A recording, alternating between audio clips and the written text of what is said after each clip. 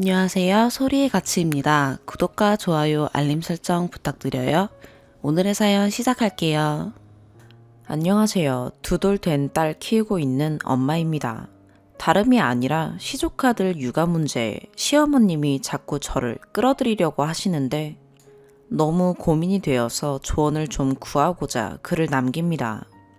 아주버님 댁에 아이가 둘이 있는데요. 큰아이는 8살 아들이고 작은아이는 3살 딸아이예요. 그런데 두 아이 모두 문제가 조금 있습니다. 큰아이는 여태 말을 아예 못해요. 엄마, 아빠 소리조차도요. 주변에서 다들 아이에게 문제가 있는 것 같으니 큰 병원에 가보라고 참 많이도 얘기했다는데 아이가 6살이 될 때까지도 부부가 둘 다 인정하지 못하고 그냥저냥 동네 언어치료 정도만 다니다가 결국 8살이 된 올해에 학교 입학을 앞두고 겨우 큰 병원에 가서 자폐 판정을 받았다네요. 큰아이를 키우는 과정에서 시부모님을 비롯한 가족들 모두가 참 걱정이 많았어요.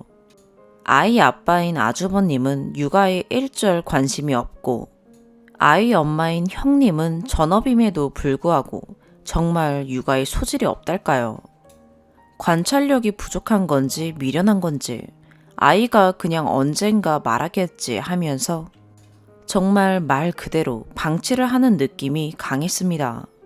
아이를 하루 종일 TV와 핸드폰에 노출시키고 식사 대신 과자를 달고 살기도 하고요. 아이가 잠도 항상 새벽 1시나 되어야 잡니다. 재우려는 시도를 하지 않아요. 부부가 모두요. 상호작용이 되지 않으니 당연히 통제되지 않습니다. 어쩌다 기념일에 외식이라도 하게 되면 전쟁통이 따로 없어요. 결혼 안 한 미혼 아가씨가 통제 안 되는 조카들 부끄러워서 가족 외식에 참석하기 싫다고 할 정도니까요. 아무튼 두 부부가 육아에 있어서는 정말 문제가 많아요. 그런데 둘째도 문제가 있습니다. 둘째는 심각한 저체중이에요. 3살, 정확히는 28개월 된 아이 몸무게가 9kg라네요. 9kg면 돌 이전 아이들 몸무게거든요. 살이 안 찌는 이유는 하나입니다. 밥을 안 먹어요. 대신 여태 우유병에 분유를 먹습니다. 소아과에서도 분유를 끊어야 밥을 먹는다고 얘기했는데 형님은 아이 분유를 끊어줄 생각이 없어 보입니다. 상황이 이렇다 보니 모든 가족들이 자연스럽게 조카들과 제 딸아이를 비교해요. 저희 딸이 딱 평균치로 건강하게 잘 자라고 있다 보니 특히 시어머님이 저에게 자꾸 형님에게 육아 조언을 하라고 강요하세요.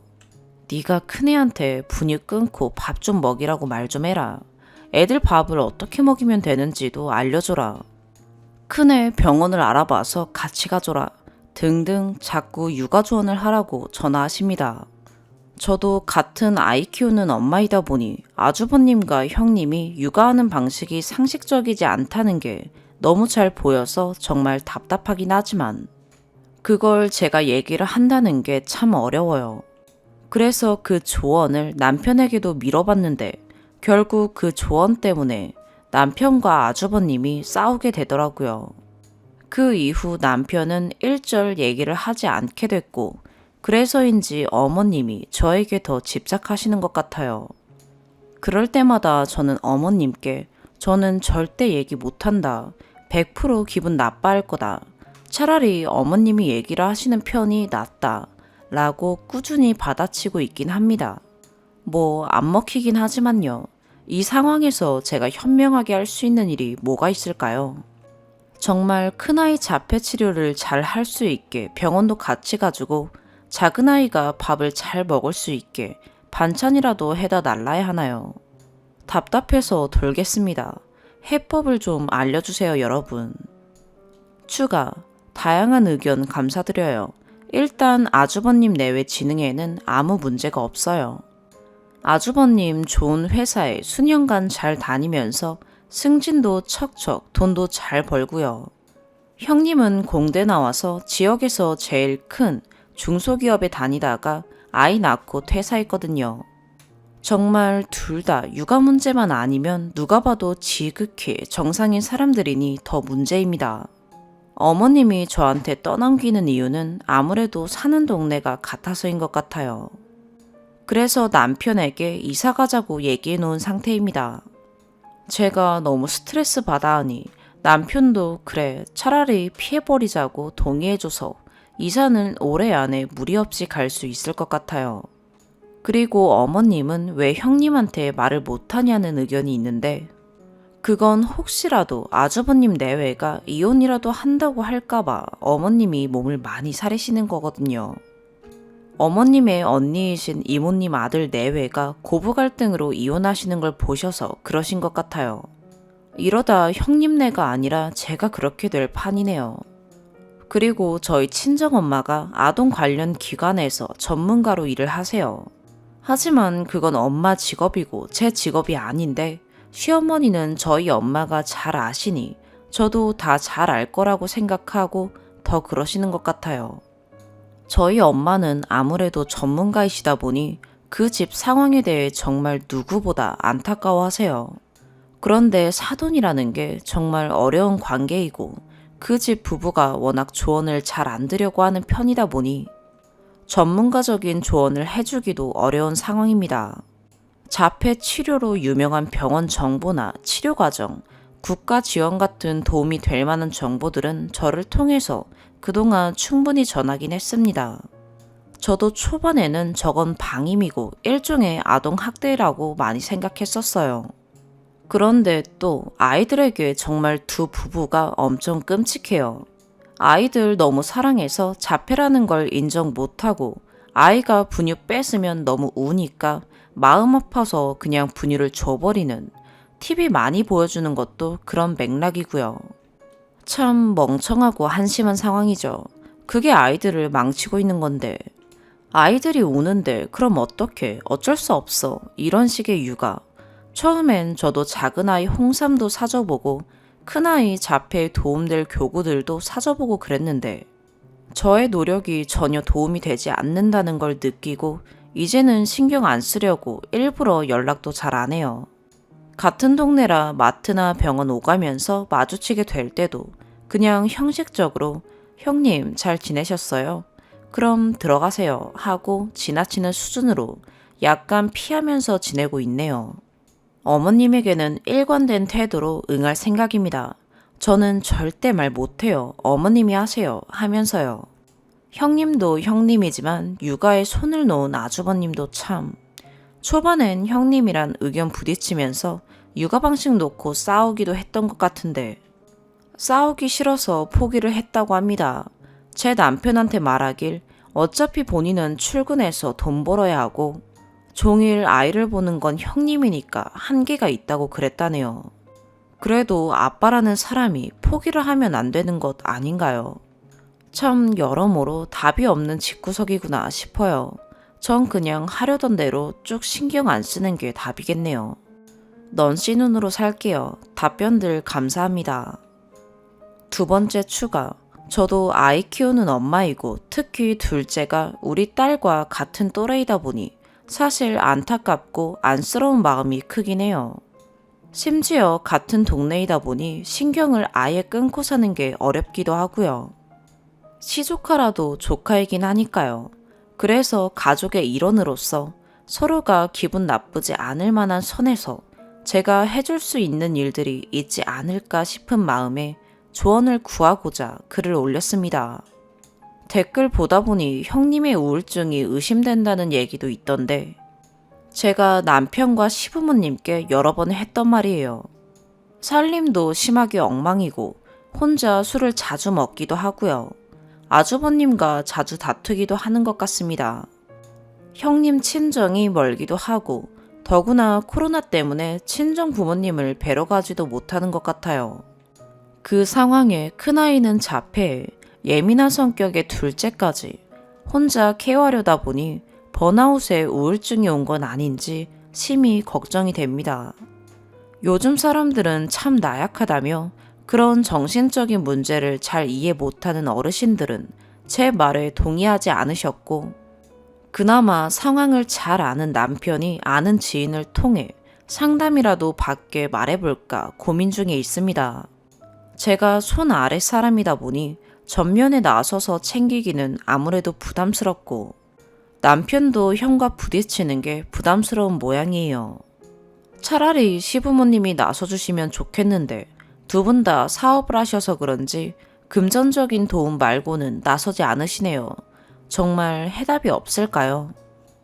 세 번째 추가, 막연히 시댁과 연 끊어라 혹은 아동학대 신고해라 하시는 분들이 꽤 있으시네요. 쌈딱 같은 성격이거나 정말 극단적인 상황이 아닌 이상 시댁과 연 끊는 건 쉽지 않다는 거 결혼하신 분들은 다 알지 않으신가요? 제가 조카들을 떠맡아 키워야 하는 상황도 아니고 혹시나 형님네 부부에게 더 큰 문제가 생기더라도 저와 남편은 정말 그럴 생각이 전혀 없기 때문에 연을 끊을 정도의 문제는 아니라고 생각합니다. 댓글 달아주신 분들 대다수의 의견이 상황은 안타깝지만 제가 할 수 있는 일은 없다는 정도로 모아지는 것 같아서 일단 저는 그냥 한 발 떨어져서 지켜만 보려고 합니다. 첫째 아이는 이미 일주일에 3번 정도 병원이나 센터를 오가며 치료를 시작했다고 하니 제가 더 이상 도울 일은 없을 것 같고 둘째 아이는 혹시나 섭식장애나 뭔가 신체적인 문제가 있는 것은 아닐까 하는 생각이 들어 남편을 통해 아주버님에게 병원 진료를 권하는 정도로 마지막 참견을 해볼 예정이에요. 형님의 우울증 문제 역시 남편이 아주버님에게 조심스럽게 이야기해본다고 하니 이제 아주버님이 어떻게 하느냐에 달려있겠네요. 이 정도의 조심스러운 액션에도 혹시나 아주버님이 버럭하는 상황이 오게 되면 그땐 정말 손 뗄 생각입니다. 어머님의 강요 문제도 제가 이렇게 꾸준히 밀어내면 점점 안 그러시겠죠 뭐. 제 글 꼼꼼히 읽고 댓글 주신 여러분 큰 관심 감사드려요. 그 집 일에 신경을 끄고 살고자 하는 방향에 대한 죄책감을 많이 덜어낼 수 있게 된 것 같아요. 시간이 조금 지난 후 후기를 전해드릴 만한 상황이 되면 다시 한번 글을 쓰겠습니다. 감사합니다.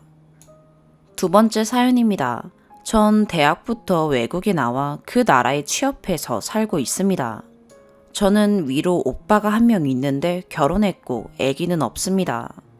오빠가 결혼한 뒤 아버지가 돌아가셔서 지금 어머니는 지방에서 혼자 사세요. 제가 외국에 살고 거의 매일 야근에 주말도 없는 일을 하다 보니 한국에 자주 못 가요.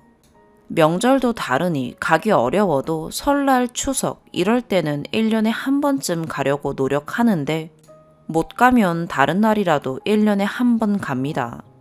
돈은 나름 벌어 한 달에 100만 원쯤 드리고 있고요. 혹시라도 어머니에게 무슨 일이 생기면 의지할 건 오빠 하나라 잘해주려고 노력 많이 했어요. 새언니 결혼할 때 명품 가방, 다이아 목걸이 해줬고 일하는데 필요한 책이 이 나라에 많이 있다길래 찾아서 한 권에 2, 3만 원 하는 책도 수십 권 사주고요. 물론 돈을 받은 적은 없어요. 명절 때 가끔 보면 오빤 면세점에서 항상 술 사와라. 그래서 매번 사주고 좋은 브랜드 커플티 사주고 좋은 초콜릿, 과자, 가방 등등 부탁해도 다 사주고 그 외에도 선물 많이 드렸어요. 대신 제가 어머니 평소에 못 챙겨서 미안하다고 무슨 일 있으면 돌봐주면 감사하다고 라고 전했고요. 오빠 언니에게 부탁받은 거 해줘도 빈말이라도 얼마냐 돈 준다 이런 거 들은 적이 없네요. 그래도 제가 여유 있음 해주는 거니까 신경 안 썼어요. 근데 제가 얼마 전 오빠 집 근처로 한국에 볼 일이 있어 나갈 일이 있었어요. 오빠가 넓은 아파트로 이사했다고 놀러 오라고 해서 한국에 3박 4일 있는데 신세지기 미안해서 하루만 오빠 집에서 자고 이틀은 친구 집에서 자기로 했어요. 어머니도 저 보고 싶다고 오빠 지역에 오셔서 같이 하룻밤 주무시기로 했고요. 오빠 집에 처음 가고 신세도 지니까 미안해서 가방, 화장품, 과자, 오빠 술 등등 선물 엄청 챙겨갔네요. 언니가 무슨 약도 사달라 해서 사갔고요. 저녁밥은 어머니가 왕창 만들고 싸들고 가셔서 꺼내 데워 먹었는데 어머니가 저 먹으라고 해온 반찬에 반도 안 꺼내고 다 넣어버리더라고요. 언니가 어머니 음식 맛있다고 좋아해요. 설거지는 같이 하고 자고 다음날 아침에도 어제 먹다 남은 반찬 그대로 한두 개 대충 꺼내서 먹자길래 어머니가 장어구이도 꺼내서 저 좀 먹이라고 어디 넣었냐고 꺼내자니까 싫은 티 팍팍 내면서 꺼내는 겁니다. 오빠는 아무 말도 없었고요. 저는 점심 먹고 친구 집 간다고 나와서 어디서 점심 먹을까 하는데 백화점 푸드코트를 데려갔어요. 전 푸드코트는 좋아해서 상관없는데 밥 사러 가려고 했더니 언니 오빠는 배가 안 고프대요.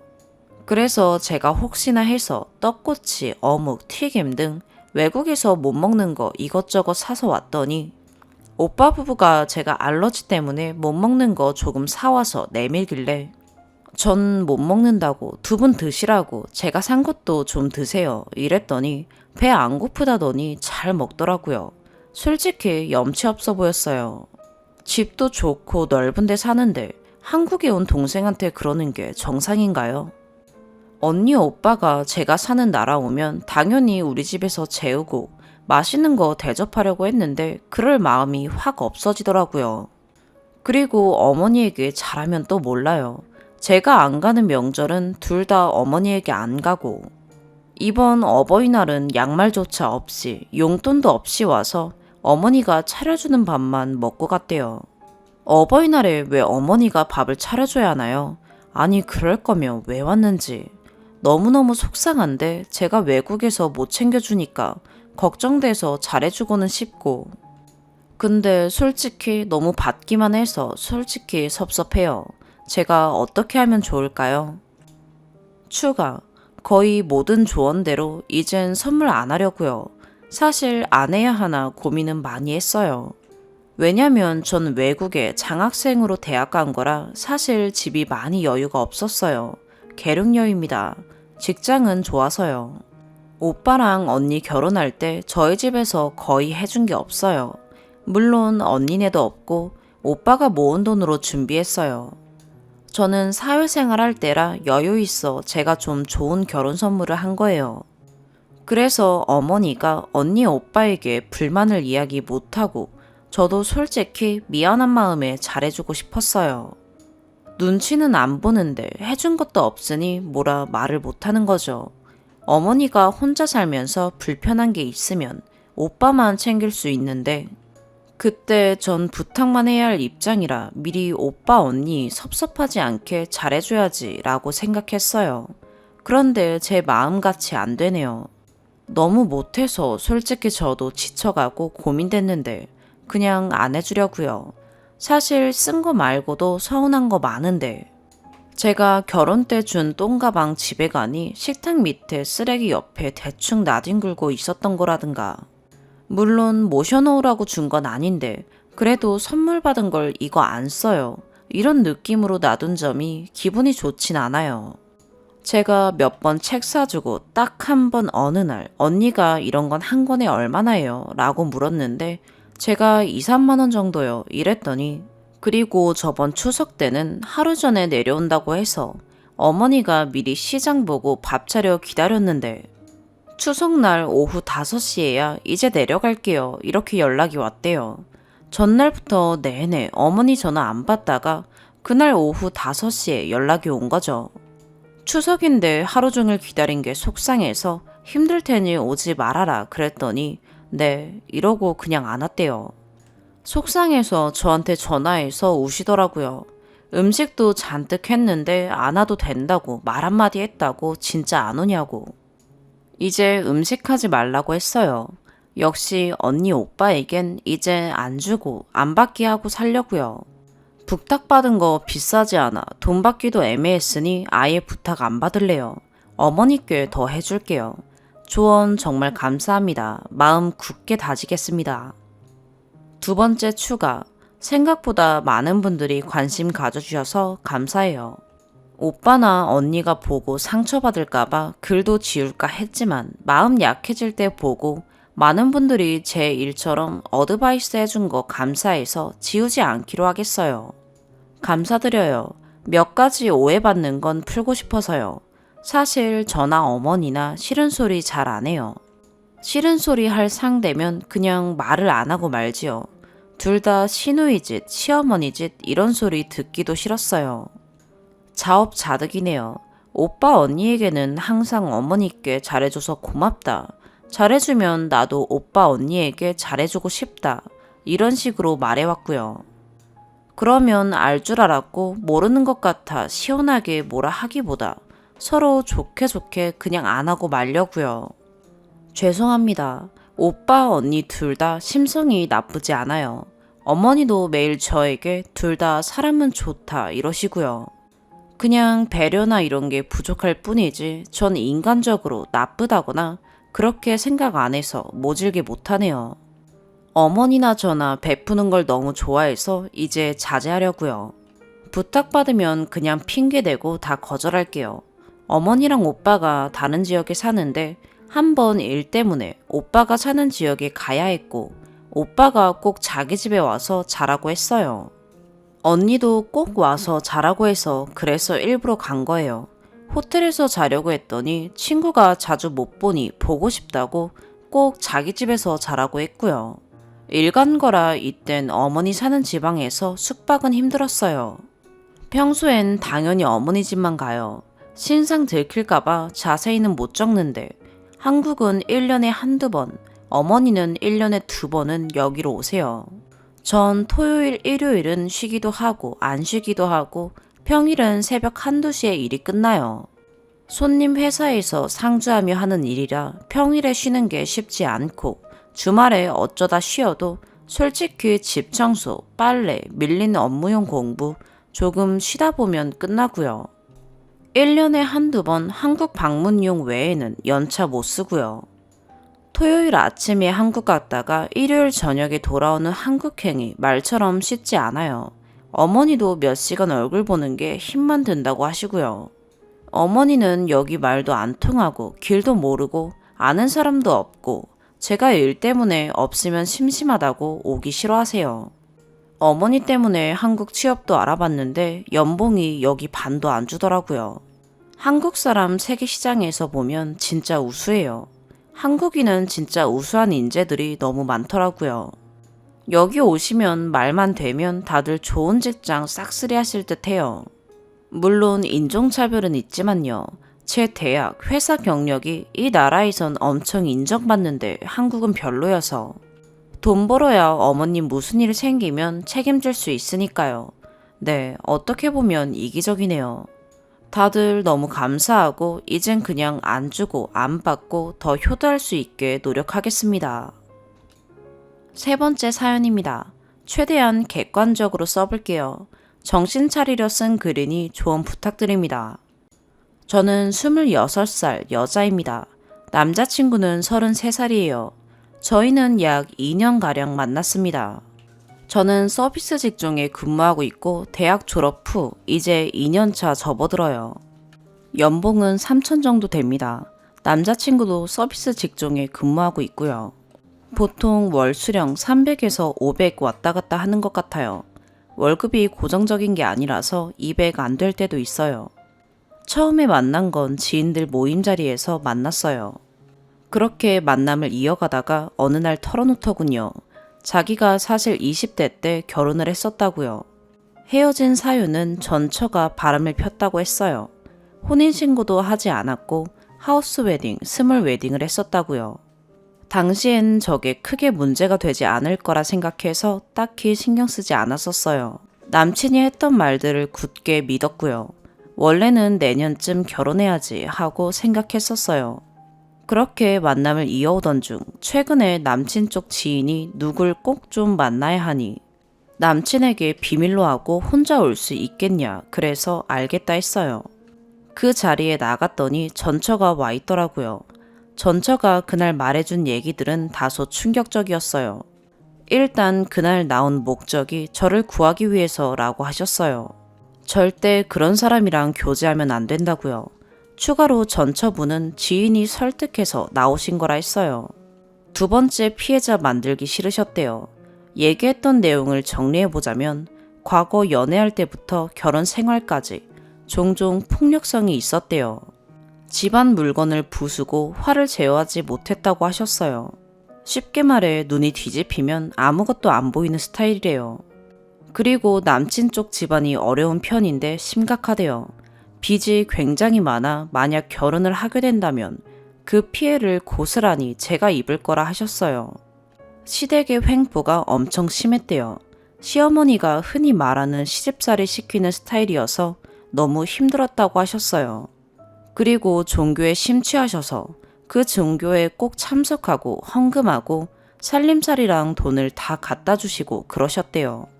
그래서 빚도 있는 거고요. 연애부터 결혼하는 기간 중에 바람도 종종 폈었대요. 그 충격에 전처분이 쓰러지신 적도 있었다고 하셨어요. 전처분이 임신하셨었대요. 남친이 책임지기 어려운 사람인 걸 알아서 지었다고 하셨어요. 오토바이, 친구 등 취미생활을 즐기는 게 과하다고 하셨어요. 그런 것들 때문에 사고가 난 적도 있었고 돈도 많이 들어갔고 남친이 하고 싶은 건 무조건 해야 하는 성격이라 말리지도 못한다고 하셨고요. 남친이 직업이 불안정해서 모은 돈이 없었대요. 그걸 알고도 전처분은 품었고 전처분 집안에서 그 돈을 다 해주셨대요. 그리고 현재까지도 모은 돈 한 푼 없을 거라고 하시더라고요. 보탠 돈이 없었기에 남친이 이혼할 때 맨몸으로 나간 거라고 했어요. 이혼 사유는 전처가 바람피워서가 아닌 저런 행동들로 인해 이혼했다고 하셨어요. 도망치신 거라고 하셨고요. 그리고 저보고도 도망가라고 했고요. 모든 내용에는 증거가 다 있다고 믿어달라고 하셨어요. 제가 들은 얘기는 여기까지예요. 사실 듣고도 긴가민가 했었어요. 저랑 2년 연애했지만 저에게는 저런 모습을 한 번도 보인 적이 없었기도 했고 경제적으로 여유로워 보이기도 했었거든요. 차가 외제차였어요. 저에게 돈도 잘 썼고요. 제가 만난 남친의 어머니는 저에게 친절하시기도 했고요. 남친에게 모른 척 사실관계를 물어보니 애를 지운 것, 그리고 바람핀 것은 인정하고 그 부분은 사실이고 과거를 몹시 반성한다고 했어요. 제 앞에서 펑펑 울며 얘기하는 모습에 참 주변 어른들과 지인들은 남친이 결혼했었다는 것만으로도 극심하게 반대를 하세요. 저는 결혼했었다는 건 흠이 아니라고 생각하고요. 지금 현재로서는 헤어져야 하는 생각보다는 만나고 싶다는 생각이 더 듭니다. 현실적인 생각을 알고 싶고 따끔한 조언을 얻고자 이렇게 글을 올립니다. 이 남자 괜찮을까요? 현실적인 조언 부탁드립니다. 정신 차리려고 올린 글입니다.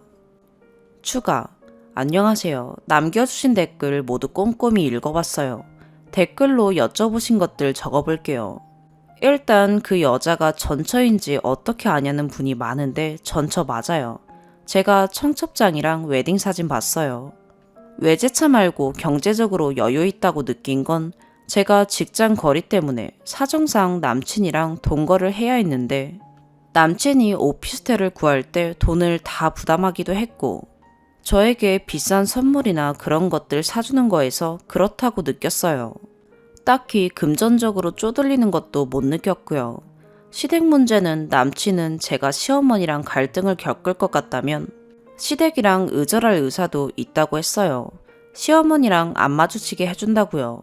이런 건 쉬운 일이 아니지 않은가요? 모른 척 사실관계를 물어본 건 그냥 과거에 어떤 일이 있었냐, 전처랑 헤어질 때 어떻게 헤어졌냐 라며 제 나름대로 돌려가면서 피해 없도록 물어봤어요. 아이를 지운 건 남친은 여자친구가 아이를 가진 걸 몰랐대요.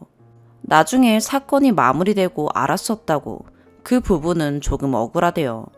폭력성은 저랑 사귀면서 한 번도 없었어요. 제가 극단적인 선택을 하라면 할 정도로 제 말에 꿈뻑했고요. 오히려 싸울 때 제가 더 화를 냈으면 냈지 저한테는 그런 건 없었어요.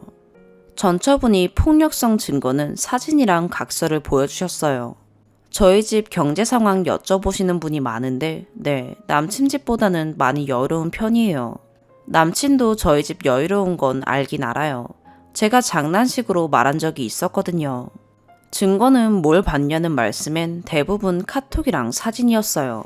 남친이 그 사건에 대해서 주로 빈다거나 화낸다거나 이런 내용이었고 사진은 각서나 해당 사진 같은 것들이었어요. 저도 생각 없이 만난 건 아닙니다. 나름 결혼식은 했던 남자라는 건 알았기 때문에 신중하게 생각했어요. 네, 알고 만난 거 맞아요. 일단 2년이라는 시간 동안은 저한텐 완벽한 사람이었어요. 한없이 다정했고 제가 해달라는 건 다 해주고 취미생활은 자기 가꾸는 거 외에 아예 안 했어요. 심지어 친구들도 1년에 한 번 만날까 말까였어요. 남친이 시아버지, 시어머니, 시할머니, 그리고 형제도 보여줬었는데 저한테는 다 따뜻하고 금전적인 요구 같은 건 한 적이 없으세요. 그리고 저도 전처분이 남친이 연락하면 힘들까봐 사사로운 걸로 전처분한테 연락하지 말라고 남친 단돌이 했어요. 전처분한테도 혹시 연락 오면 알려달라고 했고요. 남친 이혼 사유를 좀 더 말해보자면 저한테는 전처가 바람을 폈고 성격이 많이 셌다고 말했어요. 그래서 자기가 너무 힘들었었다고요.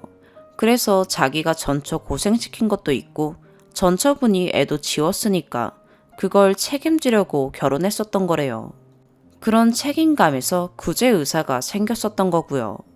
그리고 전처분이랑 결혼하는 걸 시댁에서 많이 반대했다고 했어요. 그래서 시댁에서도 전처분을 며느리로 인정 안 한대요. 제가 한 노력들이 제대로 된 건 아니겠지만 제 나름대로 그래도 노력하긴 했어요. 제 기준에서는 사람이 변할 수도 있지 않나, 이런 일이 있진 않나, 사람은 상대적인 게 아닌가, 이런 생각들을 했었던 것 같아요. 오늘의 사연 여기까지입니다. 구독과 좋아요, 알림 설정 부탁드려요. 시청해주셔서 감사합니다.